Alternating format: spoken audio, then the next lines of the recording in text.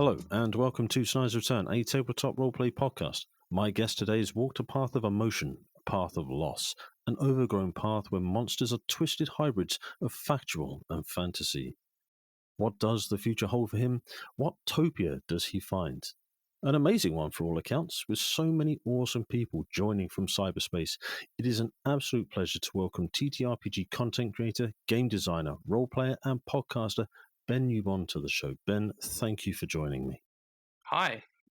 It's so cool to have an intro of my own. I've listened to this show for so long and heard so many other people's with their ridiculous pun-filled intros that you do, and that was nice. Thank you. Well, thank you. Well, less about me and more about you. Ben, how did you get into tabletop role-playing games, please? I actually, when I think back and when I see all the other people in the space who have been playing for like decades and stuff, I'm like, oh, I'm a relative novice. I've actually been doing this for like, I don't know, probably 8 years now, and I've only really been in the space for maybe 3 years. But yeah, it was one of these things I was always kind of vaguely aware of and vaguely interested in ever since I was a kid, but never had the opportunity, never found a group or people to play with or anything. And then, yeah, about 8 years ago, one of my friends, who is also a bit of a nerd, was like, "Let's play D&D." We tried to find a local group, and it was all a bit intimidating. Eventually, we just got the D&D starter pack, and just I DM'd a bunch of my friends who had never played before, and I'd never DM'd before or played before, and we had a little fun with the minor Fandelver, and it kind of grew from there. But yeah, only about 3 years actually in the scene, making things and being in the community and stuff. And yeah, that accelerates once you get into that. Yeah, absolutely. I'll just look to bridge the gap, if that's all right, and then we'll move on to the content creation side of stuff in just a moment, especially certain your projects and things that are coming Sure. up at the moment. So you explored, technically as the GM, but or DM, you explored the Lost Mines and had good fun. So once you sort of closed out the a very good starter set, to be fair, where did your TTRPG take you then? When did the transition start to happen between DM and then into the content creator that we've known from the last 3 years? Yeah, I guess I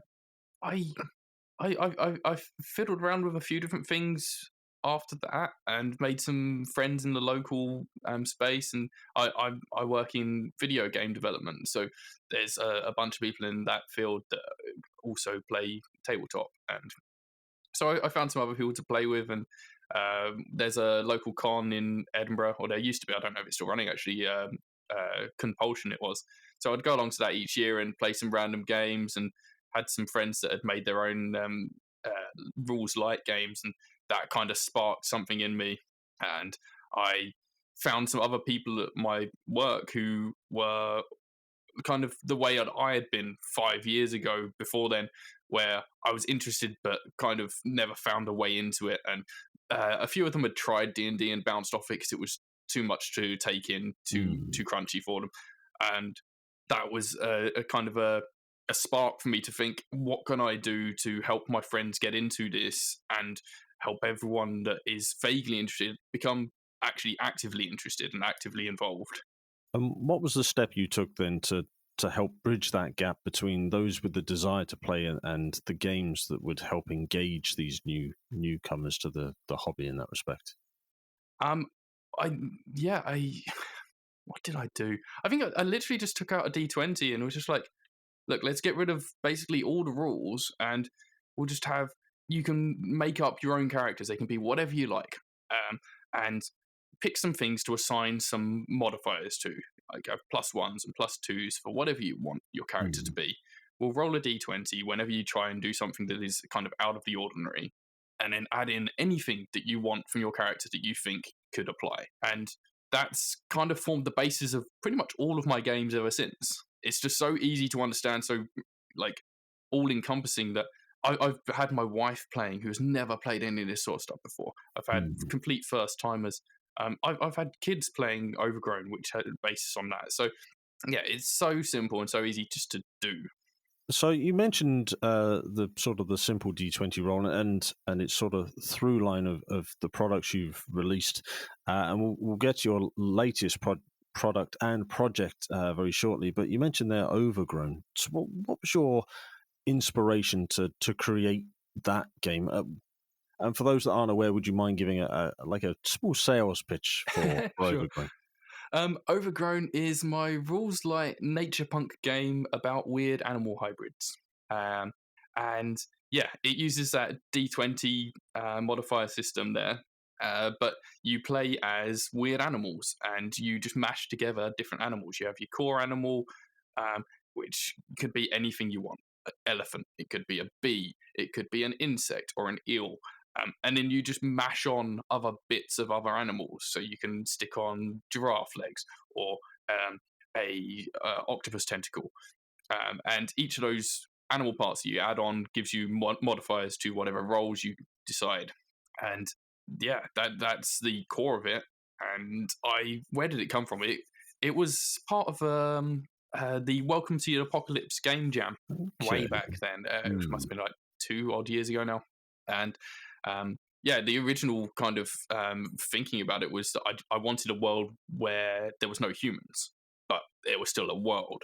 So if there's no humans, okay, you play as animals. That makes sense. The whole thing with the animal hybrids thing, I don't know where that came from. Maybe it was because I was watching Avatar at the time, and they have some weird animal hybrids in that. But yeah, and that kind of took off, and I realized I've got a bit of a talent for doing photo mashups of these animals, and it has become very much my niche in the area. Everyone's always sending me these like art that they find where it's animals that have been mashed together.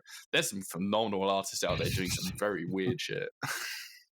So before we move too much further, if someone is intrigued by Overgrown or the projects we will speak about and a few things that we've mentioned before, where can they find you and all the things you're associated with, please, Ben? So all of my work is available on itch, bennewbon.itch.io. So yeah, everything's on there. I used to be on Drive-Thru, but not for a while now.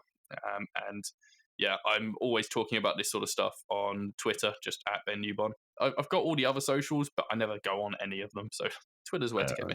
Fair enough. Well, I will make sure there are links down in the description below this podcast so people can scroll down, follow you on Twitter, and check out your products, not just Overgrown, but some more of the ones that we'll be discussing very shortly. So we mentioned Overgrown, this sort of fantastic hybrid of animals, but you didn't leave the world's greatest role-playing game alone. You went back and have created a barbarian subclass, as it were. So what was it like sort of swaying between your more rules-like system and going back to that sort of core 5e experience? So I've, even though I didn't make anything for D&D until that point, like I still played D&D and I had an interest in it. I wasn't one of these people who's like, I'm never playing D&D, I'm just an indie person from now on or whatever. So as I was playing, I suddenly, in one of my campaigns that I started in, I wanted to make a barbarian, and I started going through and when I got to the subclass bit, I've never played a barbarian before. I kind of had a vague understanding of them. I'd listened to them on actual plays and stuff, and then I went to build it, and I was like, "Well, this is boring. Where's the rage coming from? This doesn't make any sense to me. Why is the only good barbarian the one that has mystical animal features? So I thought I'd just fill the gap, and that again another one of these things that kind of starts small and then grows arms and legs. And then the whole OGL debacle happened, and I thought, okay, just get it out. So I got involved. Schooled from the oh god, what's their Schooled? I can't think of their from Awfully Queer Heroes. That Awfully Queer Heroes, that's the one. Yeah, Schooled from Awfully Queer Heroes. They do their own amazing subclasses, and I've just approached them and was like, look, I'm rubbish at getting art assets and stuff for this sort of thing. You always have great stuff, and they did it for me, and we put it out, and it's just so cool. Yeah, it's really great having something that looks so professional and ties into a proper real game that isn't something that I've just made up. Yeah, that's nice. Yeah, and just so we get some clarification, this barbarian, what path are they on, or paths? Yeah, yeah, that's a good point. Yeah, so I based it on emotions. So the rage of the barbarian comes from certain emotions. So I've got 5 subclasses that I made for various different emotions. What is it? Let me think. Rage. Yeah, fear, envy, love, wrath, and joy. And each of them Mm. plays very differently. And I was just kind of thinking of different ways that people could play them, whether they're going to be focusing on intimidation or just doing silly stuff. So the primal joy barbarian just likes throwing stuff, and their whole thing is that they can just grab stuff and just start throwing it. And I think the level 14 ability that I put in there is just that they as long as they've got stuff in their hand, they can throw it, no matter how many attacks they've made. They can just keep on throwing until they've run Mm. out of stuff to throw. And the love barbarian is all about basically being a big himbo, the emotional support himbo of the group, and just supporting everyone and providing boosts and buffs and protection if you're near them. And Mm. so each of them has a very much a theme around them, and I think that they all have a really fun kind of aspect that you can focus on that really kind of works with the whole rage idea. So sticking with the emotion theme, but again shifting away because that sounds like such a fantastic and fun take on the barbarian, even though it's based on rage and emotion. Fun to be had with the subclass as it Mhm. is, and again available on your itch.io. But staying with emotion, but taking it maybe a turn darker with everybody dies. So we're sort of really in this pendulous sort of momentum of emotions here. So you have created overgrown fantastic creatures. You've created this barbarian who uses emotions to sort of channel that rage and act in specific ways tied into that, and then everybody dies? Question mark? Yeah, Everybody Dies was it's based on the Caltrop core system, which is a really cool rules like kind of SRD, and it's really easy to build stuff on. So I just had this idea when they were running the various game jams for the Caltrop core, and Hmm. uh, my thinking behind it is that a lot of these games, people, especially doing long-term campaigns, they get like heavily invested in a particular character and a particular way of playing, a particular tool set for that character. But what if actually you just rinsed through characters one after another over and over and kept on having to rebuild and build different characters and have different setups? And so in Everybody Dies, you are basically very weak from the start, and every Hmm. time you die you kind of level up, and each time you die and level up, then you get to choose a new set of a new setup for your character, whether it's skills or items or whatever you want. It's in a similar way to my other games. You can have whatever you want as your character, whatever you want as your skills and your items, and you can stack all of them and build them up and stuff. But each time you die, you rebuild. And so the idea is that you die a lot and you go through a lot of characters, and Hmm. death doesn't stop play. Death just changes the way it goes. And you, I kind of designed it to be a bit like one of those asymmetric video games where, like Friday the 13th or Evolve. So there's an extremely powerful baddie that you're trying to defeat Hmm. as a group. You've got to work together, and probably people are going to die, but that's okay because you keep on going. You basically respawn, and Hmm.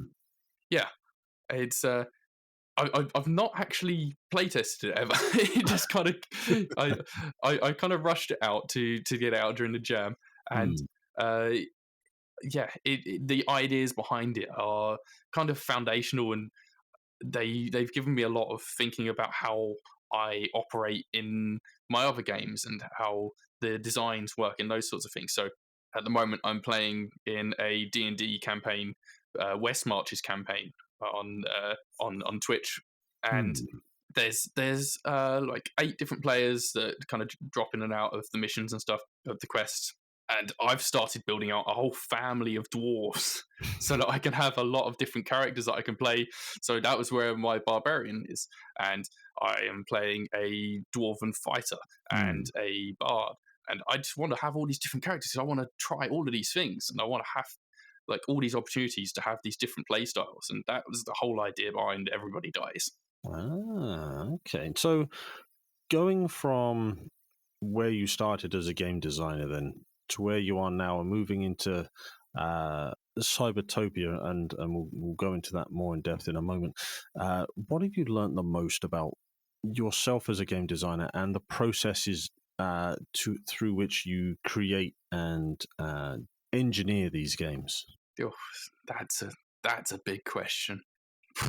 What have I learned? I think don't get too bogged down in details, especially if you're doing rules like games.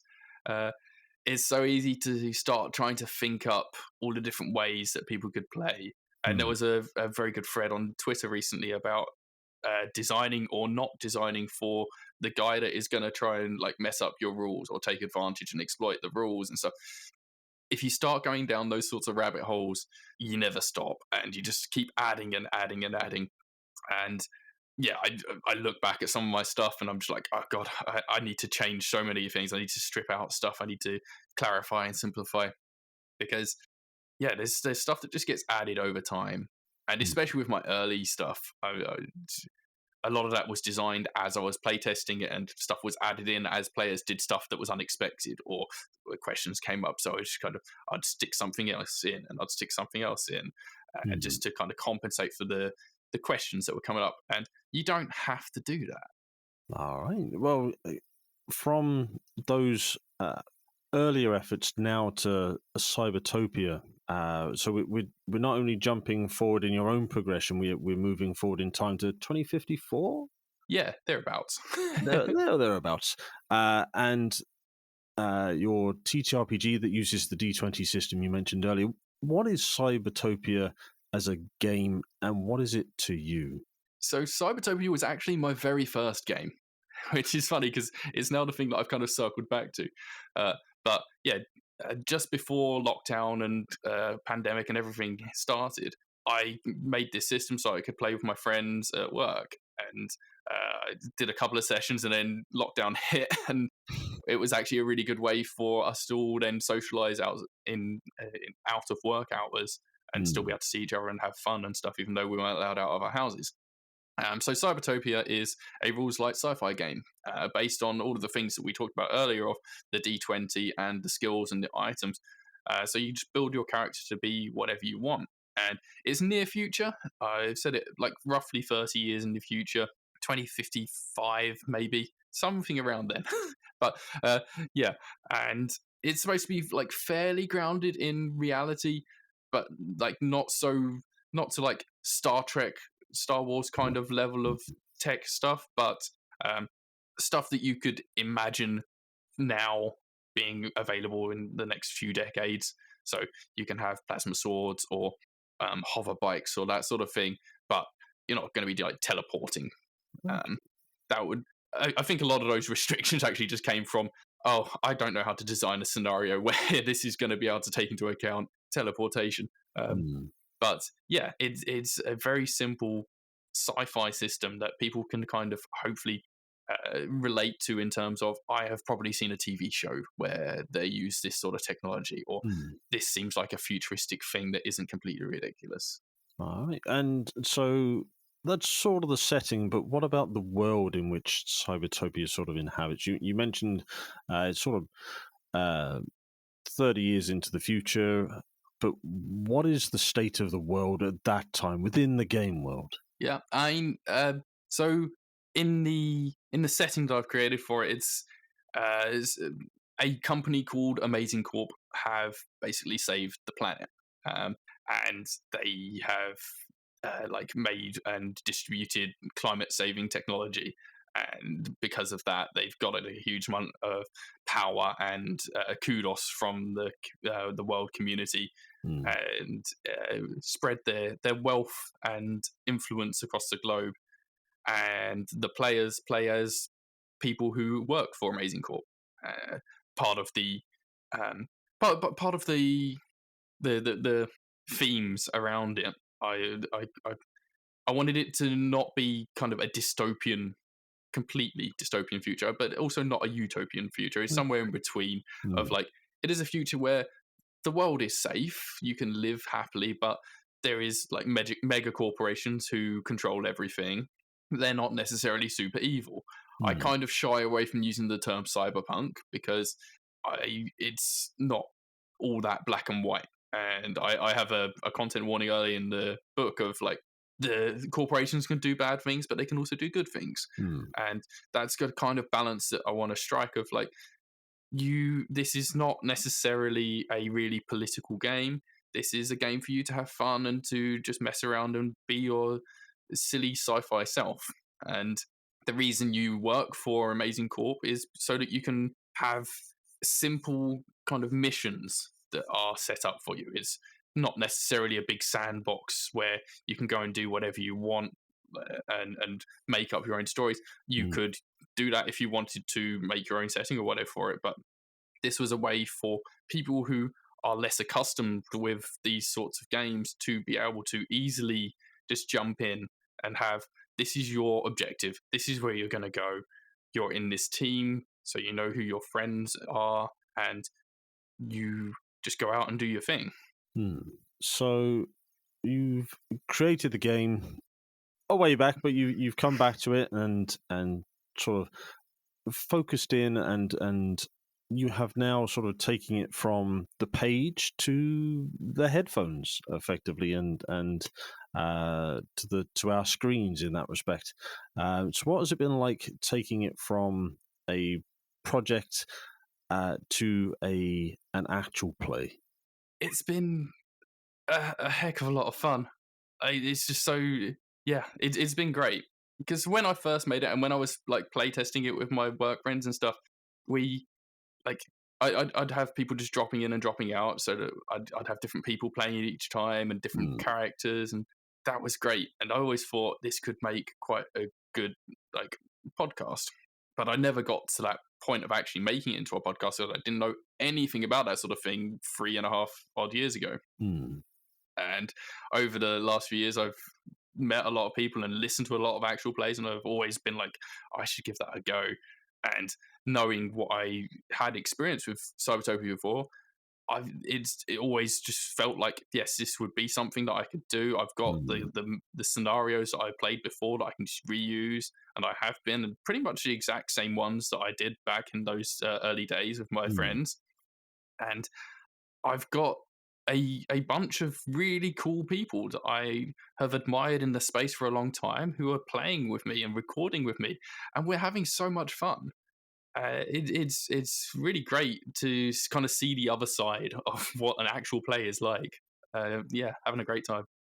And your cast is special, not just because of how special each individual person is, but the way you are controlling the cast and just the cast size. What's it like to sort of manage 16 people? Yeah. Sort of moving through an actual play space in that respect. It's it's something that I thought initially might be really intimidating, having so many people to wrangle and that, but actually, because it's a bit of a similar situation as when I was playtesting, drop in and drop out. So I've got people come in and go in different teams and different groups in each session. It makes scheduling so much easier when you've got 16 people and you just need 4 of them at a time. So I could just put a shout out in the group and be like, hey, who's available on this date? And I'll probably get 6 or 7 people raise their hands. And then we can make sure that we've got a group that works with the scheduling and the character makeup that is going to work well. And I've got a pretty diverse group of people as well. So it means that I can make sure that I've got voices that work well together. I was quite keen from the start to avoid having people with 2 similar voices on the same sessions, because that can get quite confusing to listen to. It's not so bad when you're watching an actual play, but when you're listening, you need to be careful of that sort of thing. And so, yeah, I've got so much flexibility now that I was never really I guess one of the things you always hear about with actual plays is scheduling issues, as you do with any home game and stuff. When you've only got 4 people and you have to have those exact 4 people always available at the same times. Mm. Now I've got such a big group that I can be so flexible with it all, and yeah, a real great diversity in the group. Yeah, amazing. And so, what have you learnt from conceptualizing it as an actual play through your path as a podcaster, specifically going out to other podcast and actual plays? You mentioned sort of your larger cast pool to pull from, but what else have you learnt? So much, so much. I before I even got to the point of recording anything or even sitting anyone down, I I asked a lot of questions, and I know a lot of people from having like got involved with the community, and I've been asking so many questions of all the people I know. Of how does this work? How would you do this? Like, how do um, how do you balance voices? How do you what tech do you use? And this sort of stuff. So I've lent on so many people, and I've got a quite a group now that I can rely on to give me help and to assist me. And like, I needed some advice on editing early on, so Mm. someone sat with me for like an hour on a call, just going through their editing process and showing me how they do and what tools they use and stuff. And the community's been so supportive that yeah, I just know now that I can actually ask questions and I can talk to people about stuff that early on, when I was like designing Cybertopia in the first place, I didn't know anybody in any community at all, or even that a Mm. community really existed. And now I've got people that I know that I can rely on just a drop of a hat and be like, look, I need a hand. Yeah, that's amazing. And so, with respect to the podcast itself, when can we hear it? Where can we find it? Give us the whole sales pitch for Cybertopia, the actual play Yeah. podcast. Okay, so the plan is for it to go live. The Probably going to drop 2 episodes on the 28th of March, and probably drop it bi-weekly after that, or fortnightly, much easier term. And Yeah, so there's a rolling cast of 16 players. Each episode is roughly an hour long, give or take. And so far, I've been finding the sweet spot is that a a mission breaks down into 2 episodes. Hmm. So you get the part 1 and part 2 of each one, and each mission is kind of distinct but has loose connections to other ones. So there is kind of themes and kind of recurring characters, but you could listen to any of them individually and it still makes sense. You don't have to have listened to all of it to understand what's going on in the current mission. Eventually, at some point, I plan for it to kind of all tie back together. So, uh, all 16 players at some point, probably in the finale for this first season, will be kind of working on the same mission. I won't have all 16 on at the same time because that would be sheer chaos. But um, yeah, it's a really good kind of structure that you can easily follow. Well, hopefully, when it actually comes out, people will find that it's easy to follow. Hmm. And yeah, so a real variety in the missions themselves, but also in the way that the players have played it. Like the different groups, each session has had a completely different vibe. Yeah. Some of them have been a bit more serious. Some of them have been absolutely wacky. Some of them have been quite murder hobo-y. It's been really interesting seeing how different people, and especially when they moved from the first group that they played with to a second group, and Hmm. it's a completely different set of people. But because we all kind of know each other from the space, we've been in the Discord together for a while. Hmm. Everyone has a really good relationship and rapport with each other. But seeing how they interact differently when they're in a different group and they've got a different mission, it's really dynamic. I think Yeah. is probably the best word for it. No, it sounds amazing. And with with the game available on itch.io along with your other products, and the actual play coming out and then dropping fortnightly for us to enjoy part 1 and part 2 tying in together and sort of make it a Cohesive. cohesive, thank you, a cohesive sort of adventure. Where are you going next with your games in Cybertopia? Is Cybertopia going to be your focus, or is there something else sort of waiting for you on the TTRPG horizon? There's a million things waiting for me. I've had so many ideas that are just sitting on a shelf off to the side where I'm like, oh, I'll go to that one day. There's collabs that I've kind of started that have kind of gone quiet, and yeah, there's so many things. I think I am going to try to stick with the whole Cybertopia extended universe product for the Mm. moment. I've been writing a new kind of game. I guess it's a hack of Beak, Feather, and Bone, which is a kind of city lore building, story building game, Mm. and that's fantastic. I very much suggest people try that one out. But it's a lot like The Quiet Year, but you have like a map that you color in rather than a map that you draw from scratch. Okay. And so my idea for that is to use that with the cast to develop out the city that Cybertopia, the actual play, is set in. And then from that, we're going to go into season 2, which will be a lot more kind of open and based in that city. So players will then have had some agency in creating the world they're going to be Mm. playing in. They'll have a lot more agency in defining their own missions and stuff like that.